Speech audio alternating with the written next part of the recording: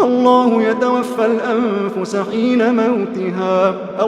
يتوفى الأنفس حين موتها والتي لم تمت في منامها فيمسك التي قضى عليها الموت ويرسل الأخرى إلى أجل مسمى إن في ذلك لآيات لقوم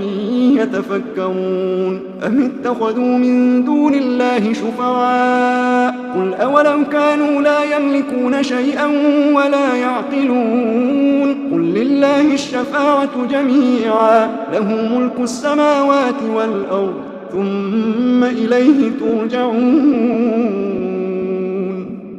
وإذا ذكر الله وحده اشمأزت قلوب الذين لا يؤمنون بالآخرة وإذا ذكر الذين من دونه إذا هم يستبشرون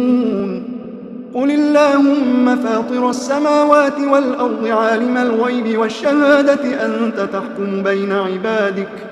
تحكم بين عبادك فيما كانوا فيه يختلفون ولو أن للذين ظلموا ما في الأرض جميعا ومثله معه لافتدوا به من سوء العذاب يوم القيامة وبدا لهم من الله ما لم يكونوا يحتسبون وبدا لهم سيئات ما كسبوا وحاق بهم ما كانوا به يستهزئون فإذا مس الإنسان ضر دعانا ثم إذا خولناه نعمة منا قال إنما أوتيته على علم بل هي فتنة ولكن أكثرهم لا يعلمون قد قالها الذين من قبلهم فما أغنى عنهم ما كانوا يكسبون فأصابهم سيئات ما كسبوا والذين ظلموا من هؤلاء سيصيبهم سيئات ما كسبوا وما هم بمعجزين أولم يعلموا أن الله يبسط الرزق لمن يشاء ويقدر إن في ذلك لآيات لقوم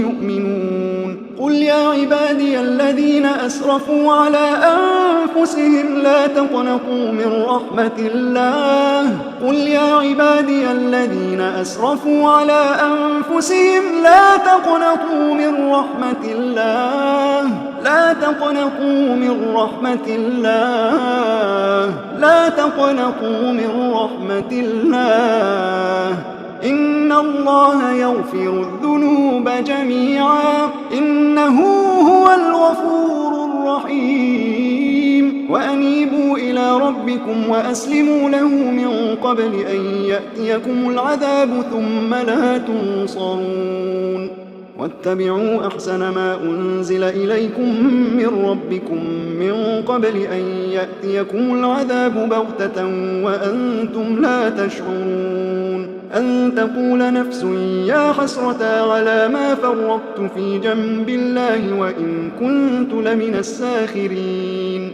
أو تقول لو أن الله هداني لكنت من المتقين أو تقول حين ترى العذاب لو أن لي كرة فأكون من المحسنين بلى قد جاءتك آياتي فكذبت بها واستكبرت وكنت من الكافرين ويوم القيامة ترى الذين كذبوا على الله وجوههم مسودة أليس في جهنم مثوى للمتكبرين وينجي الله الذين اتقوا بمفازتهم لا يمسهم السوء ولا هم يحزنون الله خالق كل شيء وهو على كل شيء